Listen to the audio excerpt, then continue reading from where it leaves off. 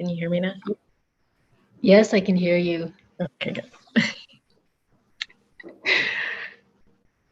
So we're going to talk about what we were talking about last night, Hueda? Sounds like, yes. Do we just get going, Aisha? I don't know. Like, are you going to give us some indication that we're good to go?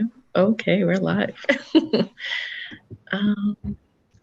Okay, well, Assalamu alaikum, everyone. My name is Faida Hassan, and I'm one of the board members on Islamic Family and Social Services. And with me today is Naz Malik. Let her introduce herself. Assalamu alaikum. Sorry, what did you say, Hueda? I was looking at a document.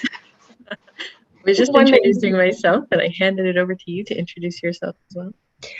Yes, I am. My name is Naz Malik. I am a fellow board member with Hueda.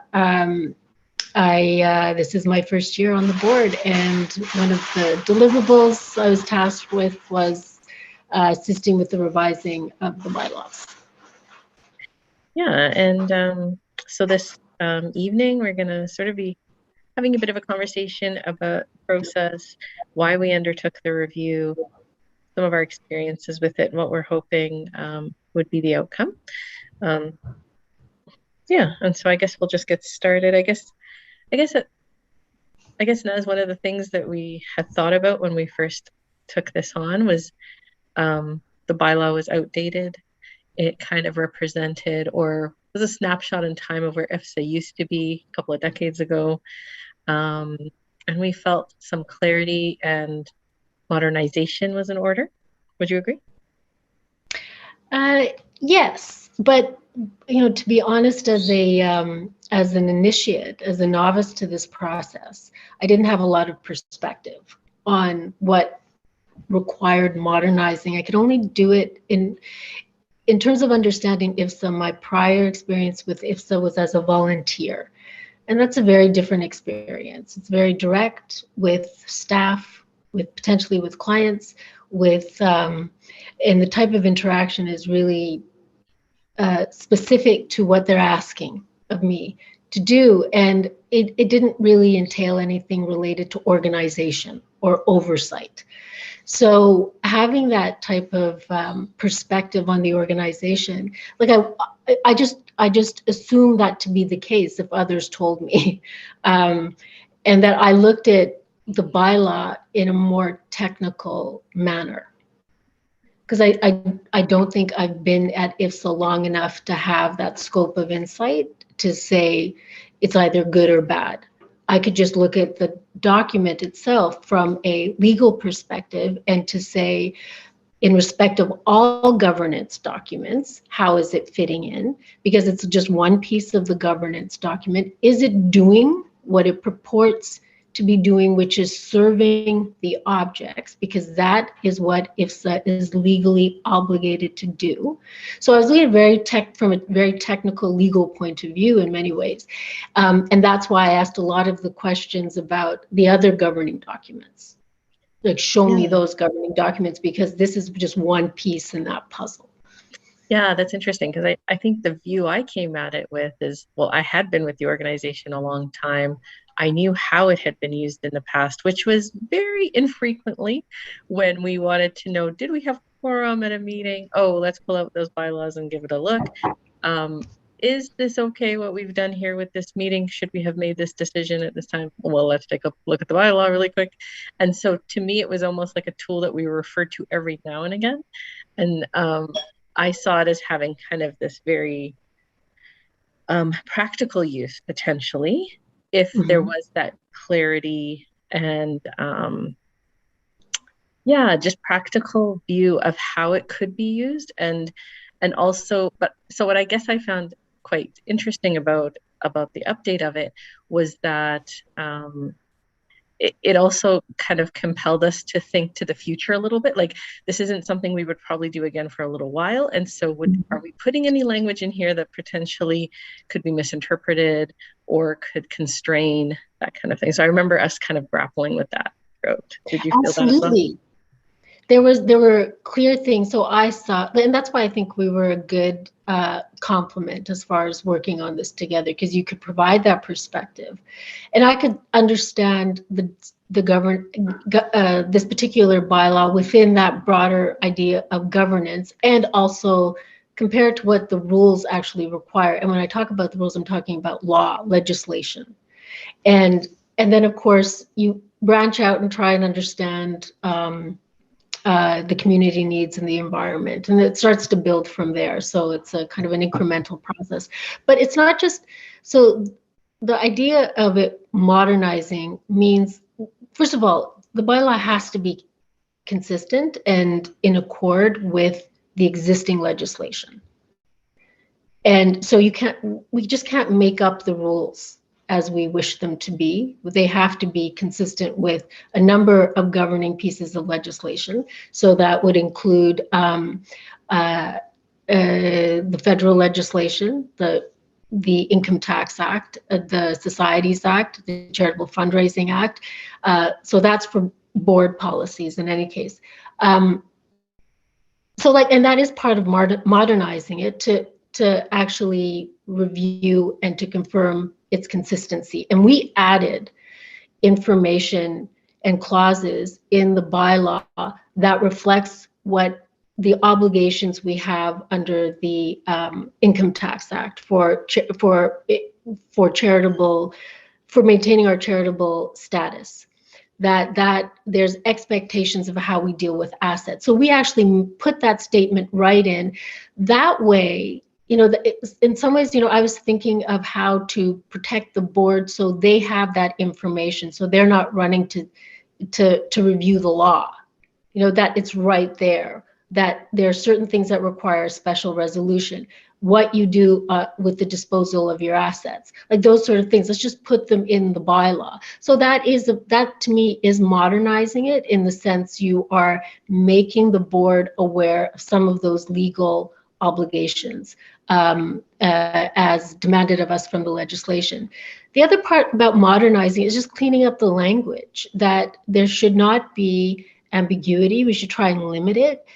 There is a certain value to keeping phrases vague if you want to develop policies which you're not necessarily clear what direction they're going to go, but that's not really a good practice. The better thing to do is to have a firm rule and to say in your policy, to elaborate in the policy, and that gives you flexibility there. But the other key thing about removing vague or ambiguous knowledge or words is to remove internal contradictions. Right. And I found a few instances of those, and so that we had to dispense with. That's just bad practice. But the key thing, and I thought that that this is where other members of the board and their input was really key, is what was working for the board and what wasn't. Right. Like that was probably fundamental. Yeah, I agree with you. So through the process, Naz and I took a look at some kind of best practice documents. There was a document that was put out by the Mutart that really laid out every single possible clause I think you could have in a bylaw. And I think, that combination of thinking, well, will this clause serve us, and in what way, and where do we, like as Naz said, provide some of the leeway through ambiguity while still being quite definitive when we need it to be. And I think, looking back and my experience, I guess, with being able to think, well, how did we use the bylaw and how has it been useful? That's where I think some of that experience helps to figure out which types of clauses do you need to stay and which ones can you really dispense with. And so, I really valued the fact too, Naz, that you were able to bring, like you say, sort of that checklist of things we had to look at: the Societies Act, the Income Tax Act, sort of the best practices under the provisions of common law. Those are all things I wouldn't have thought as closely about. So I felt like it was a good, kind of balance between the technicalities of what we actually need to have and practically how do we then apply this bylaw and the work we do as a board. So I guess for me, in thinking about some of IFSSA's core values with respect to NUR, like thinking about transparency, thinking about accountability, I really liked the fact of what you just said right now, Naz, about we really wanted to provide that clarity. And in doing so, you're transparent about how IFSSA governs itself. So I felt like that was quite in line with our values and what we're trying to do. That we thought about, how to be as efficient as possible with the bylaw, that it shouldn't be pages and pages upon pages, but rather really get the crux of what we need to do. So I think we aim to do that, and really thinking about that move away from being an operational board to a governance board. I think that was also at the heart of what we were thinking. Well, we will be, I think, elaborating on that difference with the board at a later date. It'll be probably part of their orientation learnings. But it's also like the idea of you have to remember that the bylaw is just one piece of the governance framework. It's one piece out of all the other pieces. So Hueda, I will ask you, what are all the governing documents? What are all the governing references that we have for IFSSA? Can you name them? So the objects, first and foremost. So they first and foremost were not the objects. No. Huh? The first and foremost began in 1992. Oh, when we became an incorporation, our certificate of incorporation. The Articles of Incorporation, because that is the document which empowers us to exist. Right. That comes from the provincial government, and they say yes. They wave the elder wand on top of us after we've done the application, our wonderful forefathers. And then they say, yes, you have the right to exist. And they bequeath the birth certificate in the Articles of Incorporation. Right. And so I remember that certificate being framed, and in IFSSA's Southside office for years. It was sort of just one of those things I'd always look at and think, September 1992, that's when IFSSA became. Exactly. So what's the second most important governance? Is it then the objects? Then the objects. That is, the objects indicate what we are legally entitled to do. And so that's why they have the next sort of, and sometimes objects are actually written into Articles of Incorporation, and in some provinces they say you have to put them in the Articles of Incorporation. But in Alberta we separate them. But they're the essential legal direction that we take. We have defined ourselves as an organization for public benefit. So that actually makes a difference, as opposed to for the benefit of the members. It's for the benefit of the clients. So that gives us the legal direction we have to take. And everything we do, every initiative, every project, every goal has to be established within the four corners of those objects. And that's why, again, I kept bringing the objects up. Show me the objects. Because you can't write bylaws that exceed the objects. Everything has to be consistent with the objects. So again, it's sort of a top-down process.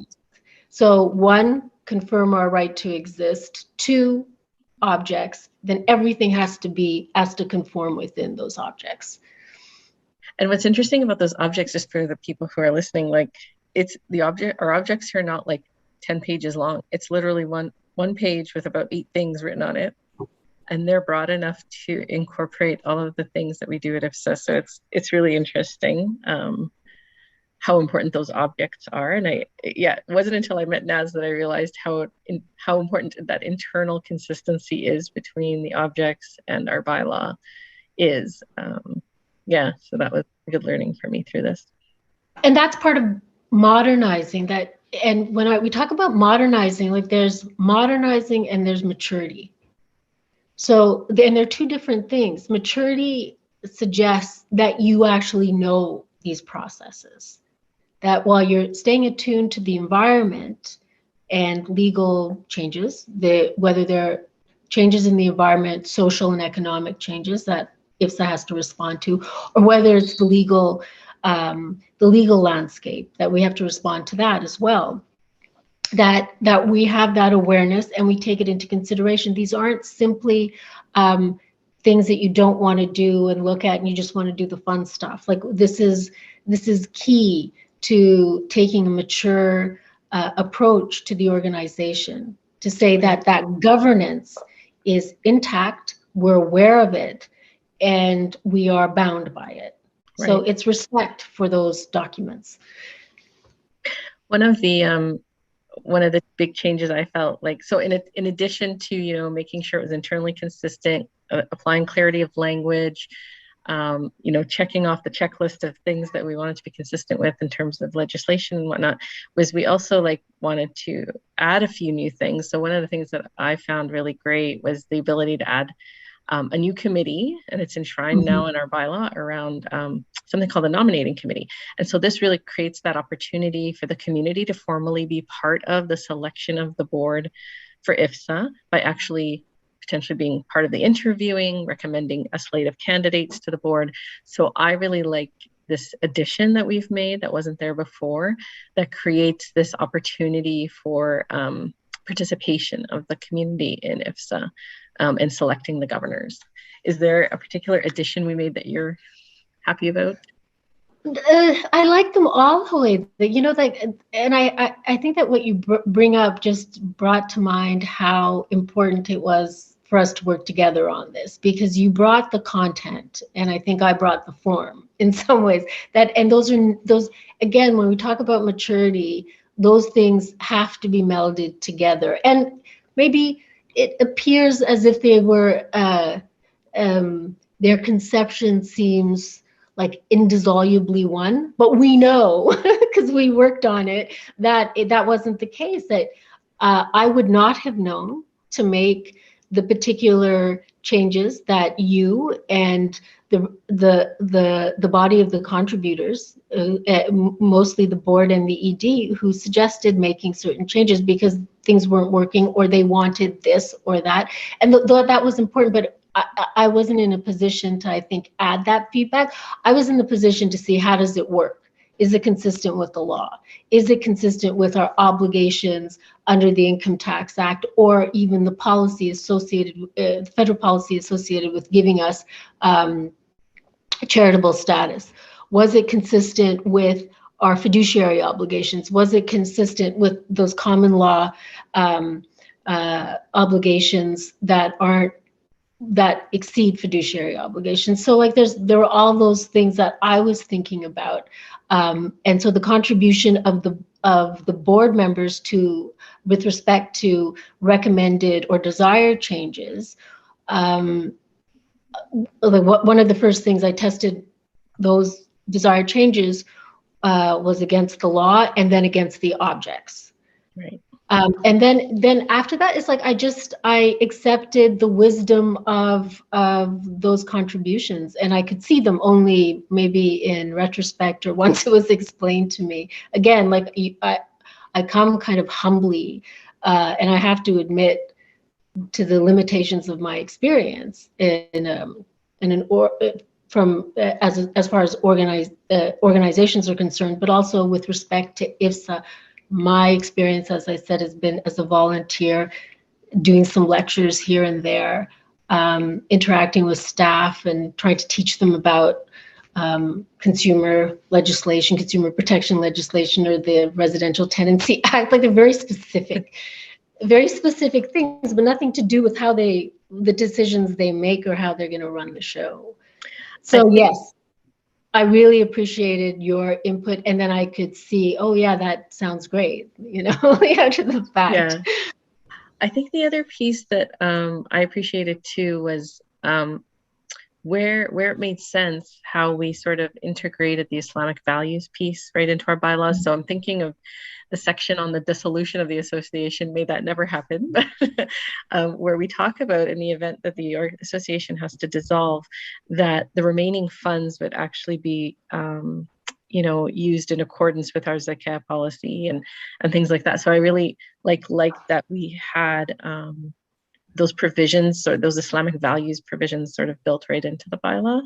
I felt that made it somewhat unique, and yeah, just kind of again adding that practical perspective, I guess, about embedding that right into the bylaw. I thought was really great. Absolutely, because it's our ethical culture. We can talk about the law, we can talk about, and this is a charitable organization. The laws that is the Societies Act and the laws that we have to accord with.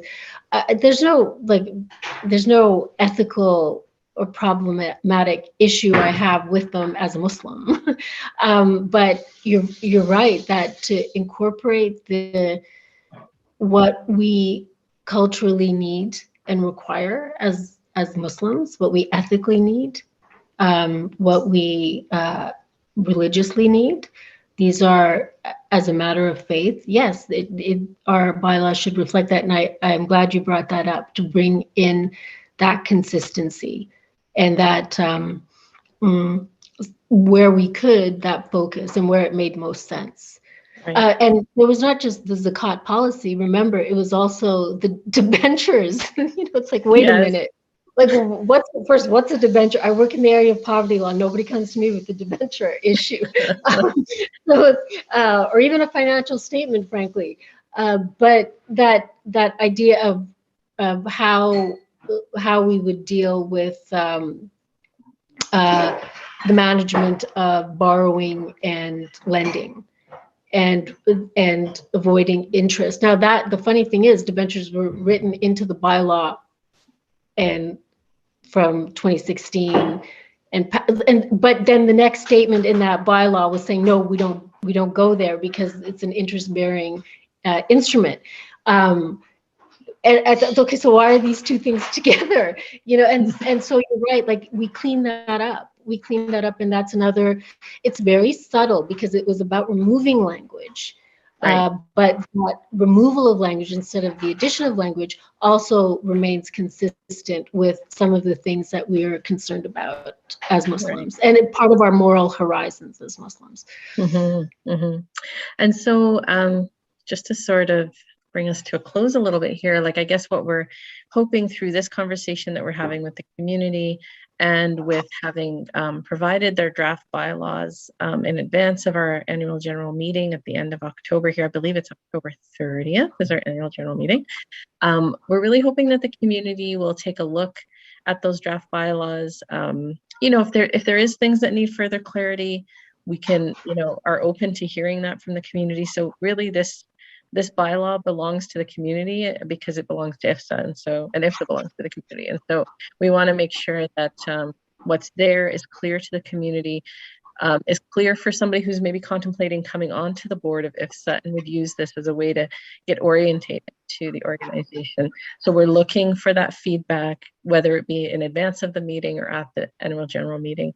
And of course, looking forward to seeing everybody at the annual general meeting as well. Absolutely, but Huwaida, you didn't finish answering my question. Oh. Governing documents, you stopped at bylaws. There's two more. Huh. This is a Jeopardy edition of Okay, so we've got our papers of incorporation, our objects, our bylaw, our policies? Yes. Okay, so policies divided into two. We have policies respecting the board, and they emanate from the bylaw, right? The bylaw provides the rule, and from there we would provide a policy that is limited by the rule, but can expand upon and provide clarity. And those policies are about what the board would do, defining particularities that are in the provisions of the bylaw, but aren't particularly or explicitly stated. For instance, a fee, volunteer hours. We haven't said explicitly how much and how many. And that's what we would do in a bylaw, or rather in a policy. The others, the operations policies. Mm-hmm. So we are obligated to approve those, and they become governance documents. And when you have a really nice set of all of these, you have the consistency, you have the fairness, the transparency, the accountability. I think that's where you really get good value as far as those key things about transparency and accountability that we're trying to achieve with our governance. Yeah, I think this governance exercise is sort of, it's a living act. Like, I don't think it's a one and done. You do have to sort of stay on top of it to make sure that the organization is in a good state of governance. It's yeah, I've learned that through this process, that we sort of have to revisit things, make sure they're still consistent, modern enough, mature enough for where we are as an organization. Yeah, and that it is, you're absolutely right that it's dynamic. It's dynamic, and it is what will give the board, I think, a lot of direction. I don't see any questions from folks who may be watching. Aisha, behind the scenes, is there anything that you've seen come through that you'd like us to answer? You can put it in the chat for us. No question. All right. Well, with that, maybe we'll sign off, Naz, and I'll thank you again for being my partner in crime on this tedious yet important assignment. It was the pleasure was all mine, Hui. That I learned a lot. I really have, and I learned a lot broadly too. It's not just specific to this, but I had to figure all these things out. I didn't know anything from about governments at all and about organizations at all. So this was a fantastic exercise for an initiate. Absolutely. Yeah, you're not giving yourself enough credit. You threw yourself in with both feet and you did a great job. So I appreciate you being my partner on this. And yeah, thanks everyone for watching, and Assalamu alaikum, and hopefully we'll see you at the annual general